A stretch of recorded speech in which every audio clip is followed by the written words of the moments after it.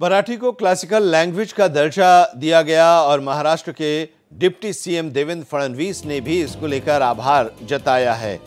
प्रधानमंत्री नरेंद्र मोदी और पूरे केंद्रीय कैबिनेट के प्रति आभार जताया है देवेंद्र फडणवीस ने और कहा है कि दुनिया भर के मराठी लोगों की तरफ से आभार। लंबे समय से चली आ रही मांग को स्वीकार किया। स्वर्ण अक्षरों में लिखा जाने वाला दिन है।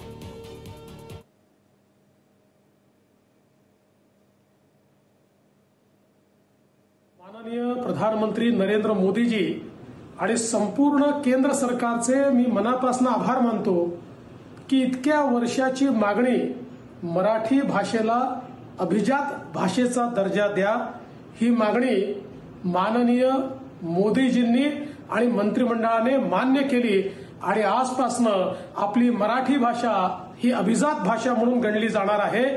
हा स्वर्ण अक्षरांनी लिहिण्याचा दिवस आहे। पंतप्रधान मोदीजी आपले खूप खूप धन्यवाद। महाराष्ट्र सरकारने मी मुख्यमंत्री असताना आणि आता देखील माननीय एकनाथराव शिंदेजींच्या नेतृत्वात सातत्याने पाठपुरावा केला, प्रयत्न केला, पुरावे दिले आणि आज हे सगळे पुरावे मान्य होत मराठी भाषा ही अभिजात भाषा झाली आहे। महाराष्ट्राच्या 12 कोटी जनतेच्या वतीनं आणि जगभरातल्या मराठी माणसाच्या वतीनं मी पंतप्रधान मोदीजींचे मनापासून आभार मानतो। माननीय